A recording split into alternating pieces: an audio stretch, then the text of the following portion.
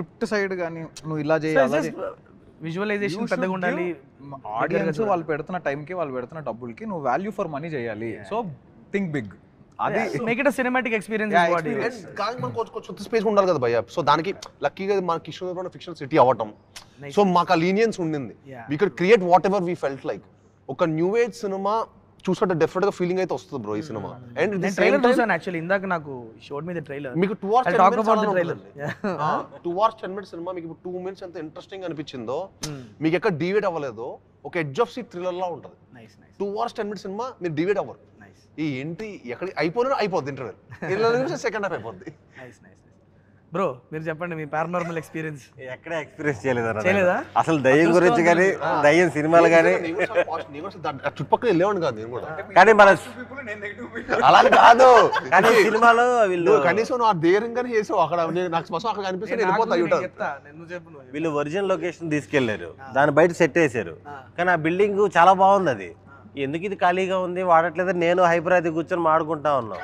అక్కడ ఎవడో ఒక మేనేజర్ మన సినిమా మేనేజర్ కాదు, తిరిగి ఇక్కడ పైనుంచి ఒక ఆడపిల్ల పడిపోయి చచ్చిపోయిందండి, అప్పటి నుంచి ఈ బిల్డింగ్ వాడట్లేదు ఆపేశారు అన్నాడు. ఇన్ని కోట్లు ఖర్చు పెట్టి బిల్డింగ్ ఒక అమ్మాయి పడి చచ్చిపోయిందంటే ఆపేశారంటే ఏదో దయ్యం కదా. ఆ రోజు నుంచి టెన్షన్, ఆ లోపలికి పోయినా, ఆ గోడలు పట్టుకున్నా, ఈ సినిమాకి భయపడింది. కానీ నిజంగా అదే నేను అర్థం కాల, కౌశిక్ అసలు ఎంత క్రూయల్ అంటే, నేను పెద్దగా ఆలోచించానంటే real haunted house, real haunted house ఎక్కడ ఉంది, దాన్ని వెళ్ళి మళ్ళీ మన సెట్ కావాల్సిన మోడిఫికేషన్స్ అవన్నీ చేసుకోండి. అక్కడ జరిగేటప్పుడు ఒకసారి బాంబు పేల్చారు కదండి. బాంబు కాదు భయ్యా, రియల్ దెయ్యం అని చెప్పాడు ఒక రోజు. ఫోన్ లో చూపించిన బిల్డింగ్ ఇదే కదా, there is shadow coming out, ఇదే కదా చూపించా కదా. Bro that was very scary bro. అది ఖచ్చితంగా చెప్తున్నాను, అది ఒక హ్యూమన్ ఫామ్ లానే ఉంది చూడడానికి. నిజంగా మనోడు షాడో కదులు అని చెప్పి అరగంట చెప్తున్నారు. జరగంటే ఎవరు జరగట్లేదు, నీకు చూపించా షాడో. ఇదే బిల్డింగ్ సెకండ్ ఫ్లోర్ లోనో థర్డ్ ఫ్లోర్ లోనో ఉంటుంది. ఓ గాడ్, మన ట్రైలర్ లో కూడా థర్డ్. నేను నా డిగ్రీ హాస్టల్లో చదివేవాడిని, క్యాంపస్. ఓకే, మాకు చాలా గమ్మత్తైన ఒక ఇన్సిడెంట్ ఇది. మేము ముగ్గురు ఉండేవాళ్ళం రూమ్మేట్స్. వీఆర్ ద స్టడ్స్ అనమాట. అంటే ఎలా అంటే ఒక చిన్న ఇమేజ్, రెప్యుటేషన్ మెయింటెనెన్స్ అంతా బయట చెప్పుకోలేము. దయ్యాలు కనిపిస్తుంది అంటే ఎలా చెప్తాం, ఇంపాసిబుల్ కదా. అది కరెక్ట్గా మమ్మల్ని టార్గెట్ చేసింది అనుకో. ఇంకా రోజు బ్రో నైట్ పడుకున్నాక మేము ముగ్గురం ఒక బగ్గర్లో పడుకుంటాం. ఎగ్జాక్ట్లీ అట్ అరౌండ్ 12:30 మధ్యలో టక్ టక్ టక్ నాక్ అనిపిస్తుంది. డోర్ ఓపెన్ చేస్తే ఎవడు ఉన్నాడు, మొత్తం ఆ కారిడార్ అటు ఇటు ఎవరు ఉండరు. ఇలా ఒక 3-4 రోజులు జరిగింది. మాకు డౌట్ ఏమొచ్చిందంటే ఎవడో జూనియర్ నా కొడుకు చేస్తున్నాడు మమ్మల్ని కెలకడానికి. మేము 3rd yearలో ఉన్నప్పుడు ఎవడో కొత్తగా వచ్చిన జూనియరో 2nd year ఎవడో ఒకటి చేస్తున్నాడు రా, ఇండి గనక దొరికితే అండ్ పట్టుకొని మామూలుగా వేయకూడదని చెప్పేసి ప్లాన్ వేసి ఏం చేసాం, ఆ రోజు నేను, కరణ్, హరీష్ అని ముగ్గురం డోర్ దగ్గర మాటేసాం.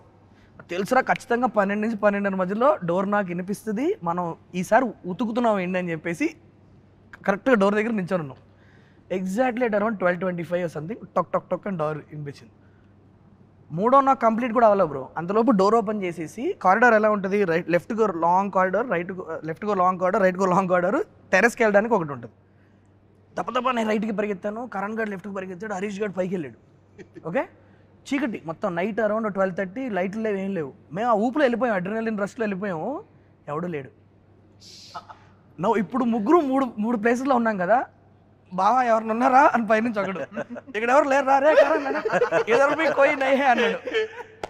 ఉరుక్కుంటూ వచ్చాం బ్రో, దబ్బిడి వచ్చాం, డోర్ వేసుకొని దడేళ్ళు మూసుకొని ఎవరు లేరేంటి అనుకుంటున్నాం. అంటే కరెక్ట్గా బ్రో నమ్మవు, మేము ముగ్గురు డోర్ దగ్గర భయపడుతూ నిల్చుంటే టక్ టక్ టక్ అని అనిపించింది.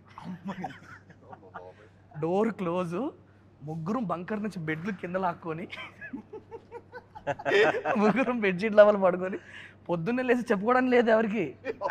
మేలు చెప్తే నవ్వుతారు, వీళ్ళు పెద్ద స్టడ్లు అంటే వీళ్ళు బొక్క అనేస్తారేమోనని. ఇక మే నుంచి ఉచ్చపోసుకోవాలన్నా కూడా కలిసి వెళ్ళాలి.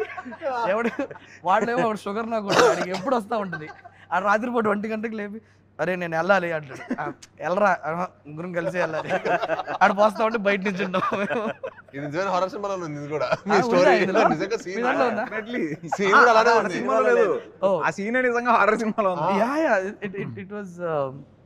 Very hilarious. But that was the closest paranormal experience.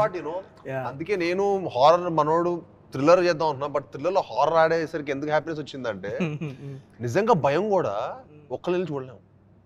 నేను నిజంగా అదే కాంజరింగ్ సినిమా థియేటర్లో చూస్తే నాకు చాలా భయం వేసింది భయ్య.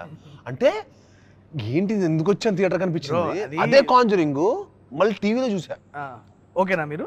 అప్పుడు పర్లేదు అనిపించింది. అంత అదే ఇదే షాట్కి ఏంటి అంత భయపడ్డాను అప్పుడు థియేటర్లో.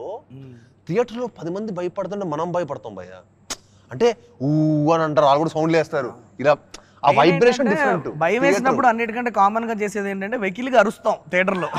అది మోస్ట్ డిఫెన్స్ మెకానిజం అది. ఎందుకంటే ఉలికి పడతాం అని చెప్పి అనుకుంటా బెస్ట్ అది.